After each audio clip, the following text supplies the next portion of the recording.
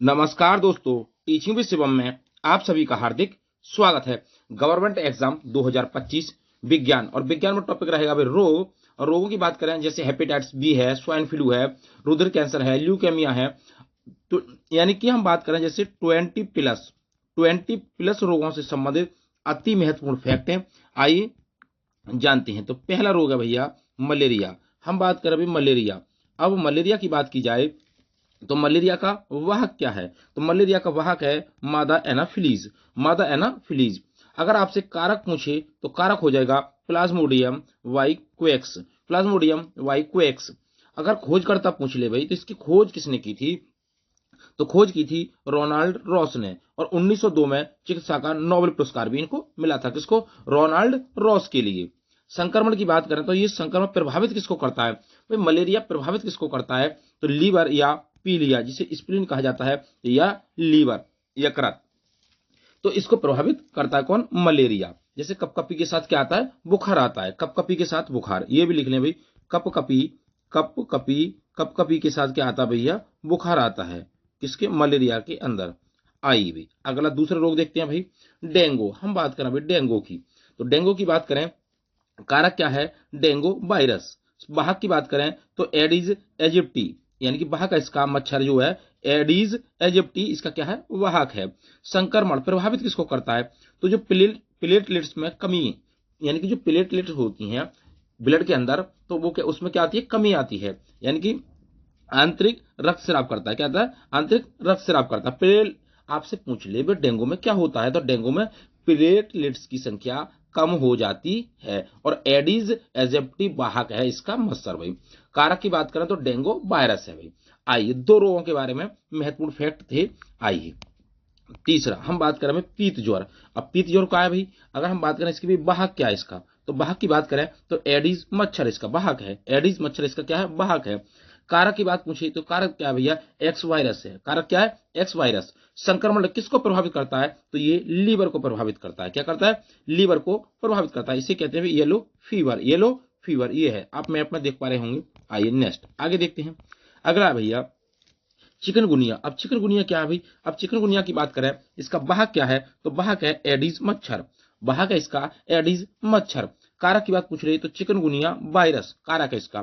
किसको प्रभावित करता है? संक्रमण क्या होता है इससे भैया? तो ये जोड़े होती हैं, जोड़ों में दर्द बा, त्वचा में लाल चकते हो जाते हैं, इसे कहते हैं भैया। यानी कि जोड़ों में दर्द बा, त्वचा में लाल चिकते हो जाते हैं, तो इसे क्या कहते हैं भैया? चिकनगुनिया। चिकनगुनिया। आइए नेक्स्ट आगे देखते हैं। आगे हम बात करें भैया, आगे है जापानी इंसेफ्लाइटिस। जापानी इंसेफ्लाइटिस क्या है? तो इसका कारक है विषाणु। कारक क्या है इसका? विषाणु। और इसके अगर हम बात करें भाई उद्गम, तो ये कहां से हुआ था भैया? कहां इसकी खोज की? तो जापान के अंदर। कहां? जापान के अंदर। कारक इसका विषाणु है, जापान के अंदर। वाहक क्या भैया इसका? अगर वाहक पूछ ले आपसे तो वाहक है क्यूलेक्स मच्छर। वाहक क्या है इसका भैया? क्यूलेक्स मच्छर इसका क्या है भैया? वाहक है। स्थान की बात करें तो धान के खेत में मुख्यतः होता है भाई। क्या? जापानी इंसेफ्लाइटिस। ये रोग ये रोग सुबेरा के माध्यम से फैलता है। ये रोग जो है वो सुबोरो, यानी कि सुबरो के माध्यम से फैलता है। जापानी इंसेफ्लाइटिस किसके माध्यम से? सुबरो के माध्यम से फैलता है। आइए नेक्स्ट देखते हैं। आगे स्वाइन फ्लू। अब हम स्वाइन फ्लू की बात करें तो कारक क्या है इसका? ये कारक है भैया विषाणु जनित रोग है। ये कैसा? वायरस जनित रोग है।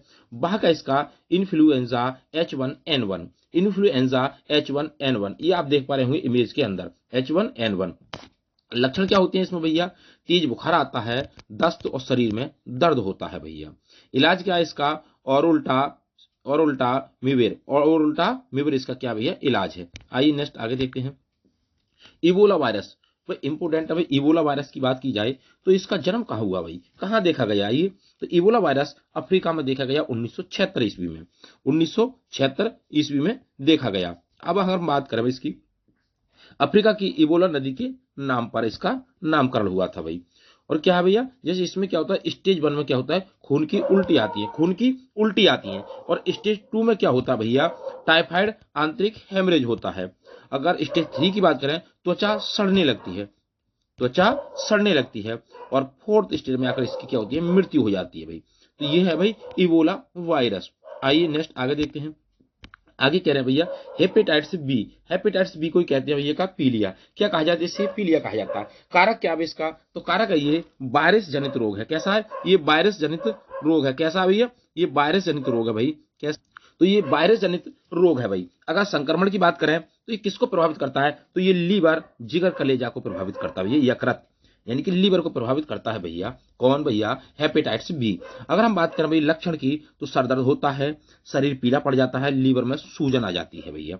ये साथ साथ या अगर हम बात करें भाई ये क्या होता है? झूठा ये खाना खाने से फैलता है। ये एक साथ झूठा खाना खाने से फैलता है। कौन? Hepatitis B.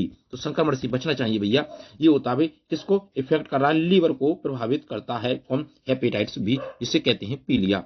आइए नेक्स्ट आगे बात करें क्वासियोरकर। क्वासियोरकर की बात करें तो ये कैसा रोग है? ये हीनता जन्य रोग है। ये प्रोटीन की कमी से होता है। किसकी कमी से होता है? प्रोटीन की कमी से होता है। इनके प्रोटीन की कमी से क्या होता है? क्वासियोरकर होता है भैया। हाथ पांव फूल जाते हैं इसमें भी, और त्वचा पर पपड़ी पड़ जाती है। त्वचा पर पपड़ी पड़ जाती है, प्रोटीन की कमी से ये रोग होता है भाई। आइए नेक्स्ट आगे देखते हैं। आगे हम बात करें भाई मेरिस्मस। अब मेरिस्मस क्या है भैया? तो ये भी हीनताजन्य रोग है। कैसा रोग है? हीनताजन्य रोग है। कार्बोहाइड्रेट तथा प्रोटीन की कमी से ये रोग होता है। कौन? मेरिस्मस। रोगों में कमजोर व दुबला पतला होना, यानी कि रोगी क्या हो जाता है? कमजोर व दुबला पतला हो जाता है मेरिस्मस में। आइए नेक्स्ट आगे देखते हैं ल्यूकेमिया। अब ल्यूकेमिया का है, इसे कहते हैं भाई रक्त कैंसर या ब्लड कैंसर। डब्ल्यूबीसी की संख्या अचानक बढ़ जाती है। अगर डब्ल्यूबीसी की संख्या अचानक बढ़ जाए तो समझ जाए ल्यूकेमिया कहा जाता है। जिसे कहते हैं भैया क्या? ब्लड कैंसर कहा जाता है। क्या कहा जाता है? ब्लड कैंसर कहा जाता है। आइए नेक्स्ट आगे देखते हैं। आगे हम बात करें भाई किसकी भाई? कार्सिनोमा। अब कार्सिनोमा क्या है? तो कार्सिनोमा की बात करें जैसे त्वचा है, स्तन है, मस्तिष्क है, गर्भाशय है। कहां पर भी हो सकता है कार्सिनोमा, चाहे त्वचा हो, स्तन हो, मस्तिष्क हो, गर्भाशय के अंदर होता है भैया। के कैंसर को कार्सिनोमा कहते हैं। चाहे त्वचा का कैंसर हो, स्तन हो, मस्तिष्क हो, गर्भाशय हो, इसके कैंसर को कार्सिनोमा कहा जाता है। सार्कोमा क्या होता है भैया? सार्कोमा की बात करें जैसे रक्त पेशियों, अस्थि और उपास्थि इनमें होता है तो उसे क्या कहा जाता है? सार्कोमा कहा जाता है। सार्कोमा कैंसर क्या होता है? जैसे रक्त पेशियों में हो, या अस्थि में हो, या उपास्थि में हो, कार्टिलेज, उपास्थि बोले तो कार्टिलेज। अगर हम बात करें भाई किसकी? कार्सिनोमा की, तो कार्सिनोमा त्वचा, स्तन, मस्तिष्क और गर्भाशय के अंदर हो उसे कार्सिनोमा कहते हैं भैया। और सार्कोमा किसे कहते हैं? रक्त पेशियों, अस्थि और उपास्थि में हो उससे सार्कोमा कहा जाता है। आइए आगे बात करते हैं लिम्फोमा। लिम्फोमा क्या है? तो ये बोन मैरो या बोन मैरो, जैसे हम बात करें भैया बोन मैरो हो, ये पीलिया हो या यकृत हो, ये यहां पर हो तो भाई इसे कहते हैं का लिम्फोमा कैंसर कहा जाता है। इस कैंसर को लिम्फोमा कैंसर कहते हैं भैया। किसको? या बोन मैरो में हो, या पीलिया में हो, या यकृत में हो। और टीनियसिस। टीनियसिस क्या भाई? अब टीनियसिस की बात करें, टीनियसिस क्या है? तो टीनियसिस की बात करें, कारक इसका टीनिया सोलियम। Taenia solium. संक्रमण क्या होता है भैया? इससे संक्रमित सुअर का अधपका मांस खाना, यानी कि किसी भी सुअर का, यानी कि संक्रमित जो होता है सुअर, उसका अधपका मांस खाने से ये टीनियसिस रोग हो जाता है। जैसे पेट दर्द और अपच। अधपका मांस नहीं खाना चाहिए भैया। अगर पहली बात करें तो मांस तो खाना ही नहीं चाहिए, मांस तो खाना ही नहीं चाहिए। और अधपका मांस खाने से भैया टीनियसिस रोग हो जाता है भैया। आइए नेक्स्ट आगे बात करें भैया। हम बात करें खसरा। अब खसरा की बात करें भैया तो खसरा क्या है? कारक इसका क्या? कारक इसका भैया मोरबेलू विषाणु। क्या है भैया? मोरबेलू विषाणु है। संक्रमण की बात करें तो वायु में वाहित रोग होता है। ये कैसा है? वायु वाहित रोग है। कैसा? वायु वाहित रोग है भैया। लक्षण की बात करें तो त्वचा पर लाल दाने हो जाते हैं। त्वचा पर कैसे दाने हो जाते हैं? लाल दाने त्वचा पर हो जाते हैं। आइए हम बात करें तो त्वचा पर लाल दाने हो जाते हैं। आइए नेक्स्ट अगले रोग की बात करें भाई डिप्थीरिया। अब डिप्थीरिया क्या है? डिप्थीरिया की बात करें तो कारक क्या है इसका? कारक है कोरोनी जीवाणु। कोरोनी जीवाणु। संक्रमण की बात करें खाने पीने की वस्तुओं से होता है डिप्थीरिया भैया। लक्षण की बात करें गला अवरुद्ध हो जाता है डिप्थीरिया के अंदर। इलाज क्या है इसका? जो डीपीटी का टीका लगता है डिप्थीरिया के अंदर, डीपीटी का जो टीका लगता है, डिप्थीरिया, टिटनेस, कुकर खांसी में टीका लगता है।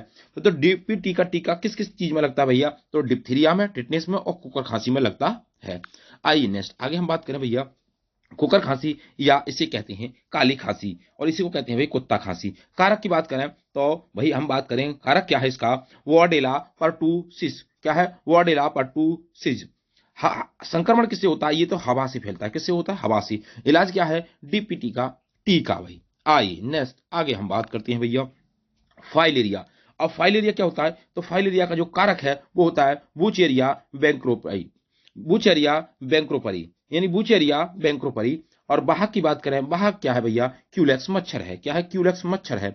अन्य नाम इसका हाथी पांव, यानी किसी पैर या किसी भी अंग का सूज जाना, तो इसे फाइलेरिया कहा जाता है, जिसे कहते हैं हाथी पांव। क्या कहा जाता है? हाथी पांव। क्या बाहक इसका भैया? क्यूलेक्स मच्छर है। तो उम्मीद करता हूं दोस्तों 20 रोगों के बारे में इस वीडियो के माध्यम से देखा। अगर आपको वीडियो अच्छी लगी हो तो वीडियो को भी ज्यादा से ज्यादा शेयर करें और लाइक करें। यदि चैनल पर नए हैं तो चैनल को सब्सक्राइब करें और कमेंट बॉक्स में अपना सुझाव अवश्य दें। ऑल द बेस्ट, थैंक्स, जय हिंद, जय भारत।